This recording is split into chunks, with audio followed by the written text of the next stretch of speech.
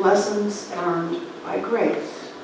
You might not all have both, and that's okay, but just get quiet with me and let your mind just go. What lessons might I have learned by fire that I have not even accepted yet as my good? And what lessons have I learned by grace that I can be grateful for?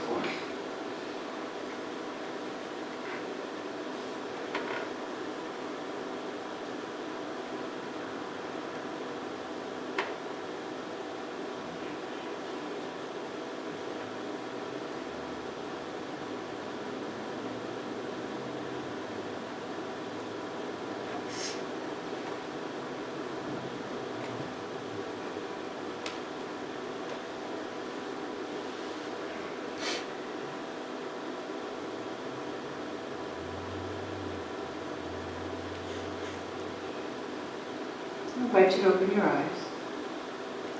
If you were able to find some lessons that you learned by fire, check in. Have I released those yet? Have I found the good yet? Or am I still living in complaining and victimhood about that lesson? If you haven't transmuted it yet, if you haven't found your way to rise like the phoenix, maybe now is the time to recognize, even though it was by fire, there was something for me to learn. If you already have, good for you. Give yourself a great big internal hug that you've learned and you've transmuted it into something beautiful. And then you can take that home with you today. What lessons did I learn by fire that I have not yet embraced for my own good? And then for all those lessons that you learned by grace, you can just have that wonderful sense of, thank you, Mom. Or thank you to myself for being that Mom. Those are the easier ones. Those lessons are easier to invite in. Both equally important, however. And the lessons that we learned by fire, then we get to ask ourselves, do I need to do any forgiveness here? Is there some letting go do I have to forgive, that I need to forgive? Now, remember in his philosophy, forgiveness doesn't mean condoning behavior. So if you had a really, really awful mother experience, we're not talking about saying that was okay. I'm really just saying, can I forgive, can I let go, and can I find my way to learn from it? Only you know, and only you know when you're ready. It might be today, it might not be today, but it just opens up your awareness. If you are a mom and you're holding mistakes against yourself, is there something in you that needs to forgive yourself? Because I know what happens, those of us who have been mothers, whether it's the four-legged or the feathered or the human, we beat ourselves up for the things we think we did wrong. So if we're holding that against ourselves, if we realize that we may have been the one to burden somebody else, is it time to forgive ourselves? Is it time to let that go? So that we may learn, so that we may rise up out of those ashes? Whatever side that you're on, I ask you to contemplate that. Because I believe there's always good to be found in everything. Even the most awful of experience, there's something good to be found. Forgiveness, letting go, is it time? Now Ernest Holmes has a really good reason why you ought to do it. I want to share that with you. Why he says forgiveness and letting go is so important. Our founder says, no person can be happy who lives in a continuous state of condemnation of other people. Where'd it go? I lost my place. Oh, of other people, conditions, or things. We must learn to praise, not condemn. When we constructively praise and creatively bless, life abounds with love, peace, and joy. Let goodness shine forth. No person can be happy who lives in a continuous state of condemnation of other people, conditions, and things. There it is. That's the reason to let go. That's the reason to forgive, so that we can be happy, so that we can live full lives. And so today, that contemplation, whatever you notice, can you not only let it go and forgive it, but can you begin to praise it? That might be too big a step for some of you.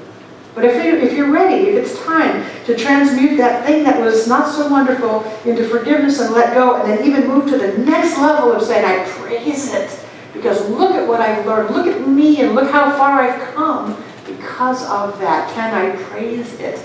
Can I lift the experience into something that turned out to be for my good? So then we move into gratitude.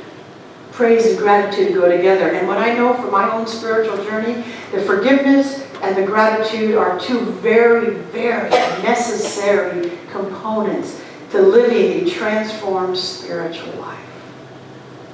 Joanne spoke in her poem about all sides of this. All sides of this. The sides that bring tears, the sides that were hopeful, the sides that were lost. It was all in there. And that's why we all cry with her.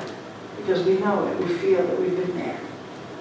But today, it's time to let it go, and it's time to raise it higher, to grab that gratitude and wrap as much of it around ourselves as we can, so that we may move forward and be a beneficial presence, so that we may transform our lives. Isn't that what we want? Yes. We want to be a beneficial presence. And so we practice. And then we remember that no matter what kind of a mother experience we actually had, we're the ones who are responsible for living our own life. You know, I think that almost everybody in this room is probably already there with me. It's like, of course, we know we're responsible. But if you have even the slightest little bit of blaming your mom for something, it's time to let it go. If you have blaming yourself for something you did or didn't do as a mom, it's time to let it go. No matter what kind of mother experience we had, we, as adults, are responsible for our own experience, for living our best life, for transforming our own lives, as we say. And no matter what kind of mother you were, or maybe still are, your kids are responsible for theirs too. So you don't need to hang on to the guilt forever. My mama still will bring up things that she did when I was a kid. I'm like, Mom, let it go now. I'm grown up. It's my job. It's not yours. You know, okay, we have that experience, but I forgave you a long time ago. Your turn. You know, I say this kind of thing to her. Don't keep beating yourself up for that thing that you think you did wrong, because I turned out okay. Exactly. And the job of turning out okay is ultimately mine. So if you're a mom who's holding on to any guilt, once your kids reach a certain age, it's their responsibility now. It doesn't mean you go, of course, but guilt doesn't serve anybody. Hanging on to guilt for what you did or didn't do doesn't serve anybody. So if we want to move forward, we've got to let go of both of those sides.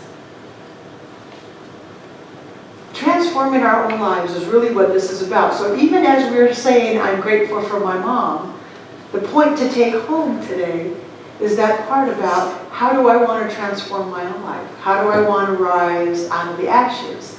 And what I know is that when we do transform those stories or those old pains, we then are in a place of so much gratitude that honoring our moms becomes like a piece of cake, because we've done our work, we've done our healing, and so we can honor mom. And so I'm going to leave us with a poem that I don't know who wrote it. It was one of those under the heading of Anonymous.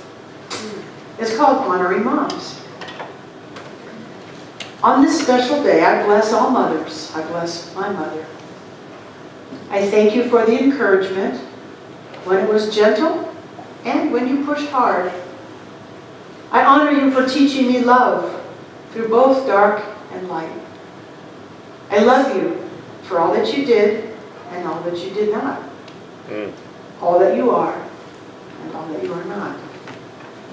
I forgive you for mistakes you may be holding against yourself.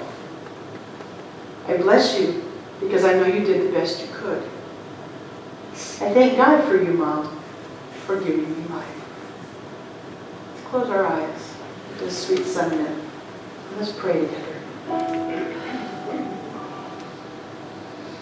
Breathing in deeply. Allowing our bodies to be at ease. Breathing out. Letting the mind and heart be at ease. Join me as I recognize that there is only one source of all life. Some like to call that source God.